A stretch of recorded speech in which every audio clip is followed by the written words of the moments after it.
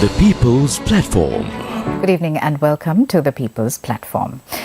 Government policies play a critical role in promoting economic growth and shaping tomorrow's society. Now, to determine the success of policy interventions, it is important to set clear targets and monitor performance. However, there's a risk that governments take a short-term approach to policy making and focus on delivering quick results, losing sight of important outcomes that are only realized through longer-term policy interventions. Tonight's topic of discussion will focus on the importance of having a long-term economic policy plan. My guest tonight is Professor Priyanga Dunusinghe from the University of Colombo. Professor Dunusinghe, welcome to the show. Thank you. My first question to you. President Ranil Wickremesinghe has said that Sri Lanka will become one of the most developed countries by 2048 when it celebrates 100 years of independence. Now, if we take other Asian countries such as Bangladesh, Indonesia, Nepal, Vietnam, they all have long-term economic policy plans. So, an economic policy plan for the next 20 years.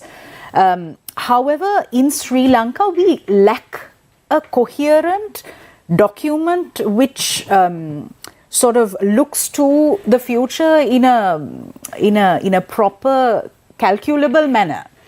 Speak to us about what we're missing. I think, as you correctly mentioned, if you look back the post-independent era, Sri Lanka has failed to come up with a long-term policy framework and roll it out over the, say, either 5-year period or 3-year period in order to basically achieve national objectives. Now, if you pay attention to the neighboring India, now currently India roll out the 13th 5-year plan. Okay. If you pay attention to the Nepal, similar way they have the 5-year plan rolling out every 5 years. Bangladesh is the same, and in addition to that, Bangladesh has come up with a new long-term policy framework, covering the period up to 2041. Right. Now, all these indicates very clearly that for a need for a long-term policy perspective and policy plan, thereby basically identifying the key pillars of development and accordingly prioritizing various sectors. It is not similar to the planning that we have witnessed in Russian or the what we call the socialist countries, but even for the market economies, it is widely practiced that the policy planners set the certain sectors, prioritize certain sectors, and identifying the key priority areas for development. So Sri Lanka failed to do that. Instead, Sri Lanka time to time come up with, basically came up with these various manifestos introduced by various political parties during the election, and then they try to basically implement such manifestos in an ad hoc manner. Now, if you look at who write those manifestos, actually it is the collection of only these smaller group of people, maybe some experts may be there, but the smaller set of people, rather than getting the policy planners and the key experts in the public sector and the private sector to prepare a national policy framework, we have gone with very ad hoc manner, and as a result of that, now we have ended up with the situation of this nature where economy continued with serious structural issues such as the budget deficit, balance of payment deficit, governance issues, and various other issues without a clearly set focus which sectors to basically focus and develop in the future.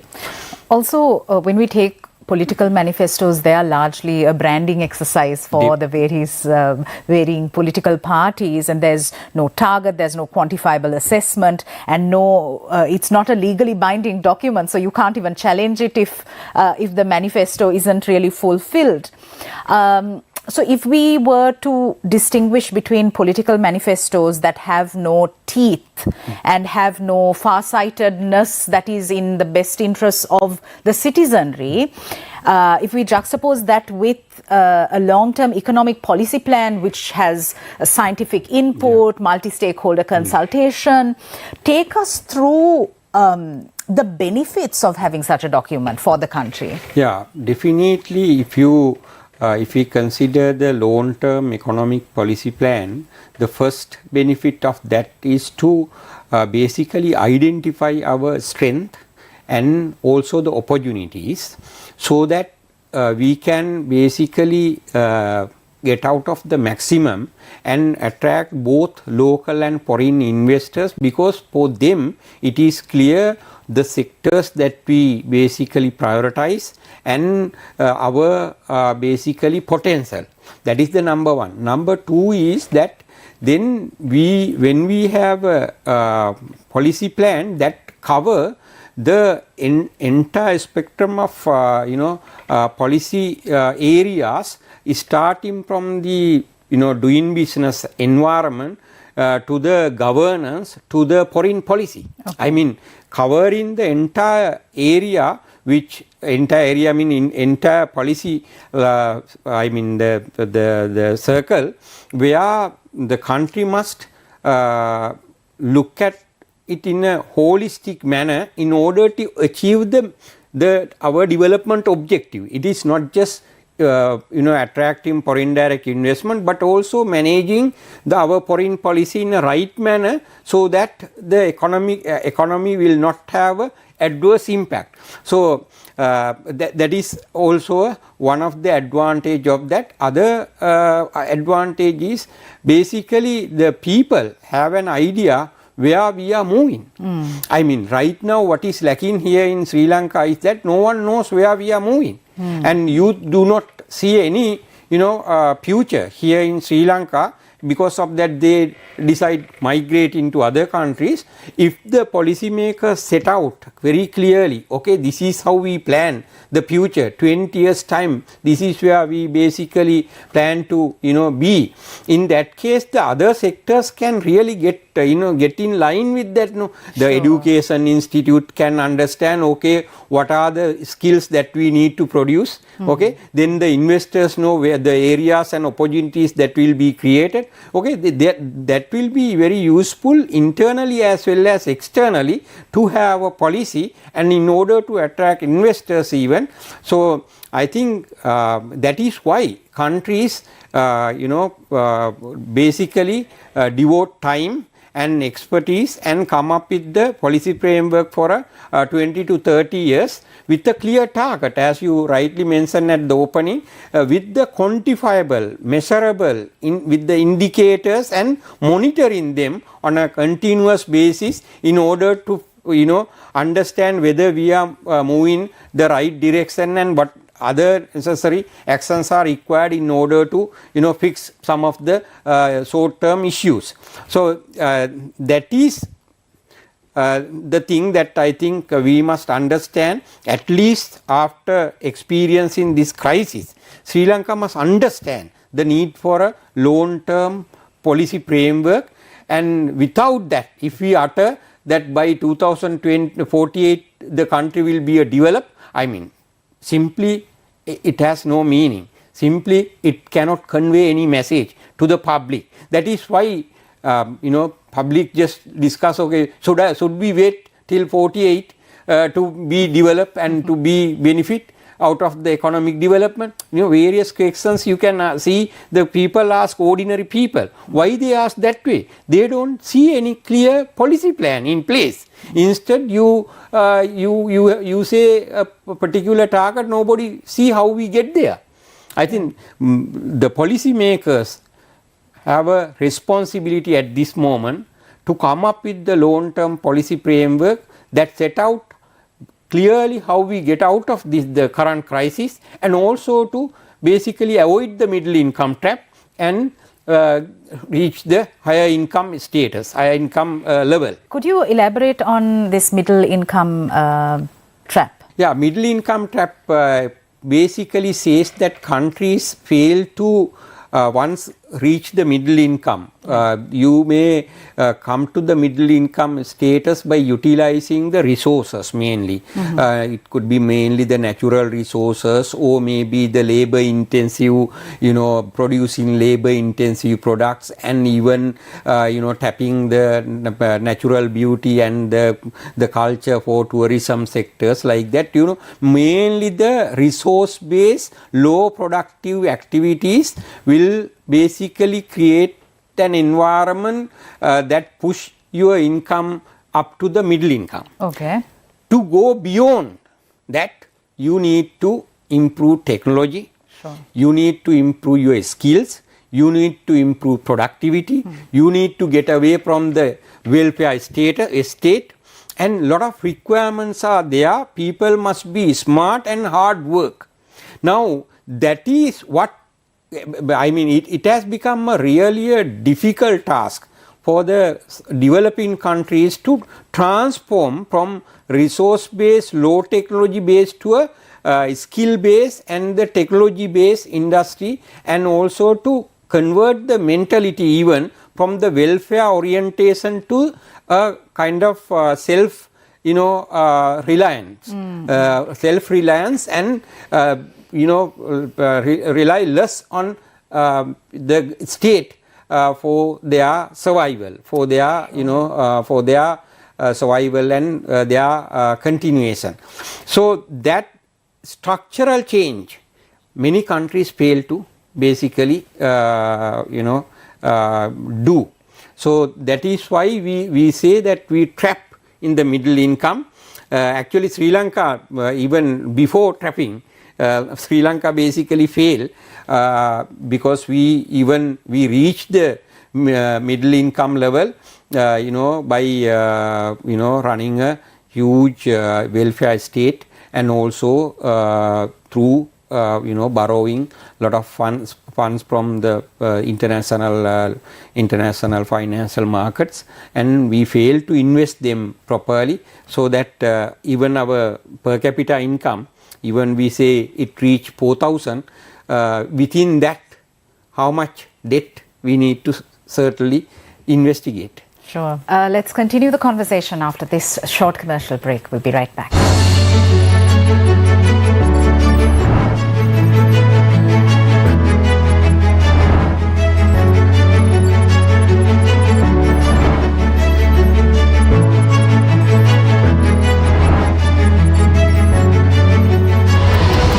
The People's Platform.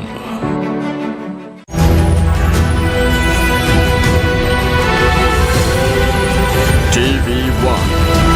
TV for life. President inaugurates South Asia's largest maternity hospital. UNP's Vajira says Ranil will run for president as a leader transcending party lines. Namal appointed as the SLPP's national organizer. Medical students protest in Colombo.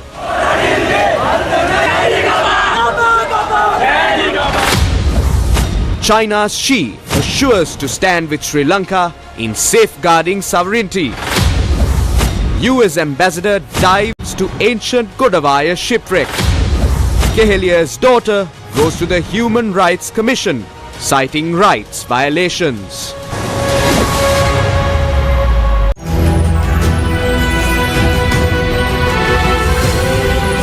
TV1. TV for life.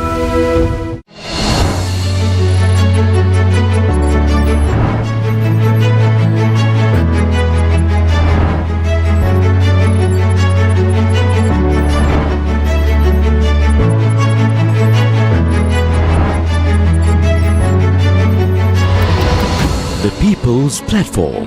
Welcome back. I'm in conversation with Professor Priyanga Dunusinghe from the University of Colombo. Just before going in for a break, we were discussing about the middle income trap. Professor Dunusinghe, I'd like to ask you this question. You spoke about the importance of self-reliance, innovation, depending less on the state. Are Sri Lankans lethargic? Are Sri Lankans just plain lazy? I think to a greater extent, we can see that people are lazy and they tend to depend on state, and this mentality to a greater extent created by the successive government over the years by providing various subsidies, even extending it to those who really can manage themselves. That is, I think, a kind of a bribe the politician gave to the voters, and voters, develop a kind of a, attitude or kind of a interest on that, and as a result of that, the politician and the voters, they feed each other in surviving. So if you may see less when it comes to the Western Province or in Colombo district, but if you go out, lot of things such as ownership of a land and access to roads, access to finance, access to schools, and a lot of things surrounding a life of a rural villager connect with the state dependency. Sure. So I think unless we unless we encourage people to be self-reliant, I think it will be really harder to get a transform into a new economy. Sure. So they have enough resources, they have enough capacities, but we have basically trained them to be lazy. I use the word train because successive government have launched such programs in order to get their political support.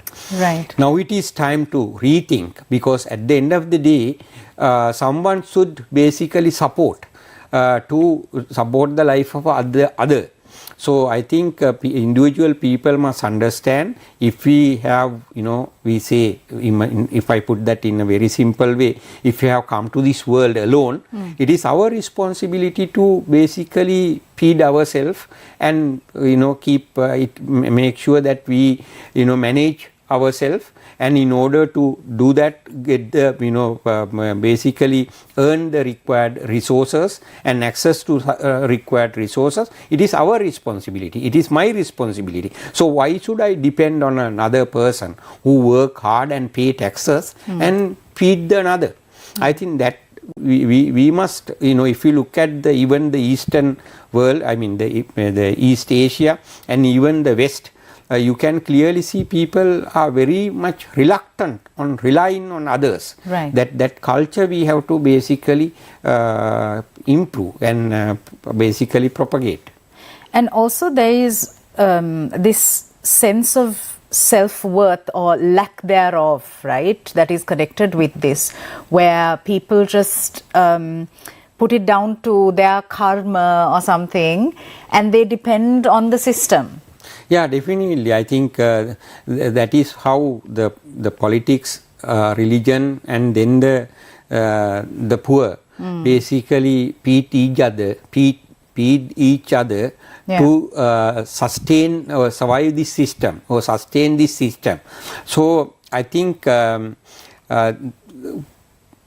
in other countries, people have, even with rich cultures, rich religious background, they have, understood that it is required to work hard and basically be less reliant on the government or the state.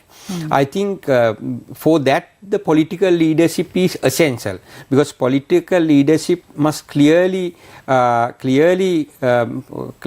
say people that you must harness your potential and try to depend less on state and whenever you provide various subsidies, you have to target it properly. So if you can do it, I mean, in a proper manner, through a proper mechanism, then people gradually move away from subsidy culture and try to harness their potential. Sure. What has happened in our country is that most of the time politicians have bribe. I must say bribe, because actually in order bribe the voters in order to get the vote. That is how they have actually used state funds and basically provide various subsidies in order to keep the political power, and that culture we have to end first. And it does not mean that we should not support the poor people. We have to have a system to support them. Truly those who cannot manage, those who cannot get the opportunity created in the economy, certainly we have to support, but we should not use state money to bribe voters, and that culture we have to end. That could be done in if we enhance the governance. Certainly we can end such culture. So you said that Sri Lanka doesn't have a long-term economic policy framework, but during this conversation it has become quite clear that we could very well use such a document or a framework. So what's stopping us? What more needs to be done for us to educate the policymakers on bringing forth such a economic policy plan? Yes, I think that is an interesting question. Even after getting into a deep economic crisis, what prevent our policymakers coming up with a policy framework, long-term policy framework, is something that we really need to question, because we can say, okay, in initial few months policymakers are busy in identifying strategies and debt restructuring and negotiating with the IMF and all these activities in managing the short-term situation. But now 2 years we have, since the crisis hit, 2 years passed. So in that context, actually policymakers should have started. Yeah. Now it shows us that a lack of kind of a leadership at all levels. Right. Not, I mean, we can say that, okay, president basically head the the government, but do we see the same level of leadership at other places, essential places? Identify what you call independently identifying the needs of the hour or the needs of the country. We don't have a culture that basically culture of self-initiating, right. Initiating from different department and the ministries to come up with the policy of that nature. They wait till they get basically a direction, it seems to me. So unless you get a direction, you don't initiate. Okay, that is what has happened. So I think now the IMF is not talking about any sort of policy plan. World Bank is not talking about any sort of national policy framework. So that we don't start on our own. Because you don't see a direction come from the top. Yeah. So like උඩ බලන් ඉන්නවා කවුරු හරි ඇවිල්ලා කියනකම්. Definitely, they basically wait till somebody on top direct them to do this. That is what has happened. Not just today, but even the past. They just hang around until they get the direction. You don't initiate. Now, different institutions are in. We have different institutions who are responsible for something of this nature. So even the political parties now preparing their own manifestos for the election, and they should have at the parliament now Parliament discuss lot of issues related to the crisis. No, so the Parliament, even the member should have, you know, submitted a proposal to say, to suggest the government, okay, shall we come up with the economic plan for next 20 years? Shall we appoint experts, or they appoint a particular committee, or maybe a independent commission, economic commission, to come up with the national economic policy framework? So we have not done. We have done this and that various other stuff to manage this day-to-day stuff without really, you know, addressing the real need of the real need of the country. My final question to you, Professor Dunusinghe, is what is the role of the citizens in what is our role in educating ourselves? You spoke about this culture of self-reliance. Speak to us about how we need to equip ourselves with that knowledge to be entrepreneurial, to not just wait for handouts from the government and other welfare schemes, to not just wait for government policy to stabilize, but to do our own thing, to ensure our own financial independence. Yeah, definitely one of the key, key concern of a person, basically how to manage basically manage his or her economy in this crisis situation. I think in that context it is very important one should clearly understand the potential, whether with the, you know, what the potential that he or she could basically tap. In that context, ideas matter a lot. Now we always think that what matters to us mostly lack of finance basically prevent us from opening a business and or starting entrepreneurship, but it is not the case. Most of the time we fail to come up with creative ideas, new ideas, and why we fail to come up with the creative ideas, basically because we don't think, we don't look at things in a critical manner and simply try to repeat what the others do. So rather than doing so, we need to clearly think where you see the human pain.